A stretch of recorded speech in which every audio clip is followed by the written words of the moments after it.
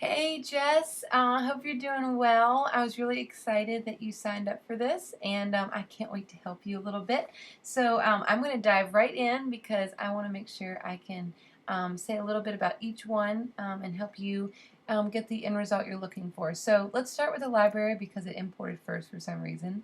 Um, cute idea. I really like this idea, and I agree that it's hard to just walk into these situations and know exactly what to do and how to pose. I think what you don't like about this image is that he's staring at her like he's bored, and that's hard to do. And so instead of having him stare right at her, I tell people to nuzzle their fiance and look down towards them. So instead of staring right at her, if he had nuzzled her like he was looking down and he was like really into her and trying to kiss her and love on her a little bit, I think you would have liked that a little bit better.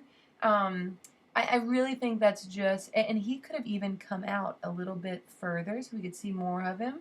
Another great thing to do to make her look smaller and make him look bigger would be to take her left arm and have her lean back on his thigh so she's kind of in his lap.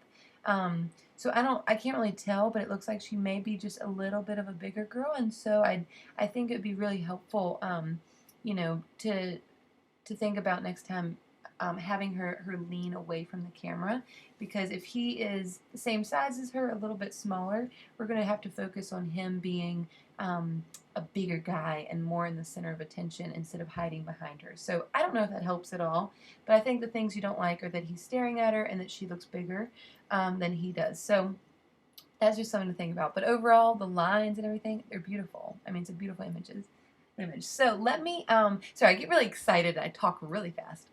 Let me, about this, I think it's great. I don't think it's a bad edit at all. I think sometimes when I do black and whites, though, I don't realize until later that my darks are really, really dark. So right here is dark. His eye socket is really dark. All these shadows are really dark. So if you ever think, oh, why is this so contrasty? Maybe you just tone down the highlights a little bit, and up the blacks a little. So so instead of it being kind of harsh, let's see if I can duplicate this and reset it. Okay, so that's what we did have, and then right here is just a little bit toned down. So her eye socket, those shadows aren't as harsh. His eye socket isn't quite as harsh and as dark.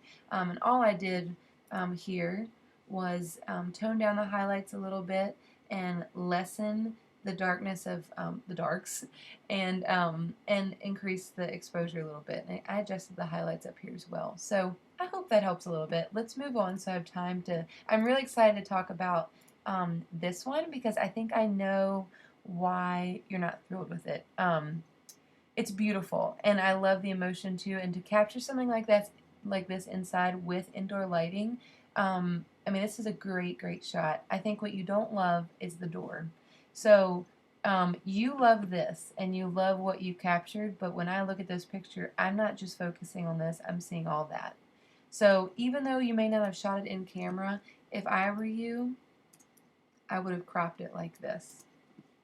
I mean, and I know, hopefully in camera, like you could, next time you're shooting something similar, you could crop it in really tight. I think you'd like that a lot more than you'd like that. Um, or let me pull up. Okay, so that's what we did have. Cropping it in like that makes the focus on the bride and groom so much more evident. When it's here, you're kind of you see them, but that's a big distraction, especially because it's in color. And so another thing to pay attention to is the fact that her hair is blue, and that's not your fault. That's just because there's natural light coming in, and there's like fluorescent or tungsten light. So we've got tungsten light right here. You can see the yellow, and then your camera didn't know what to do with the white balance here. So the only thing I would say is, even though you want it to be bright and beautiful, toning down the blues may be something to be interested, because I know that his suit wasn't blue. Okay, so if you tone it down and make that's a little bit more accurate, probably to the actual color of his suit. I just upped the contrast a little bit, and something else to consider for this may be black and white.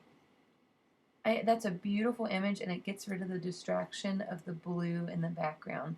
So I mean, that's awesome. That's beautiful. And I think color or black and white, I think they're both great shots. So just adjusting the blue, I think, would really change the way you feel about her hair and the color accuracy. So this is what we started with. This is kind of what we ended with.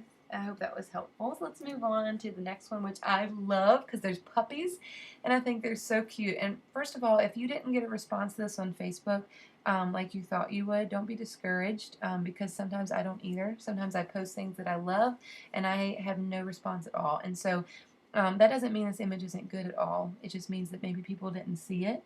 Or people didn't have an artistic appreciation for it like we do because they don't view things like we do. So you should definitely be proud of this. The composition's awesome. The colors are awesome. The vibrancy is awesome. And to be honest, if I was changing anything, I don't really know what I would change. It's really good. It's really, really good. I guess crop-wise, you could always have them a little bit closer to the bottom just to accentuate the fact that they're in the center lower quadrants of the exposure. But I mean, really, it's a great, great image. I don't think there's anything that I would really change. There may be, so if you see on the top of his hair, his hair's a little bit blue. Sometimes that comes from adjusting the blues a little too much or adjusting the vibrancy a little too much. And you can adjust that by changing your split toning a little bit. So let's just do it like 7%. I don't know if you can tell, but here, let me up this just to make a point. So 15. If you look at the image, do you see how those highlights are changing colors? It's kind of crazy. So we don't want 15, we just want about 7. And that's just going to take the highlights of the image and make them a little bit warmer. So I know it's hard to see exactly what I'm doing. Maybe you've already done it a little bit. I would just do it a little bit more, and it creates a little warm glow. If it's really bad and you really have blue tints in your image, you can do it to the shadows as well. Hope this helps. I can't wait to talk next week. Bye.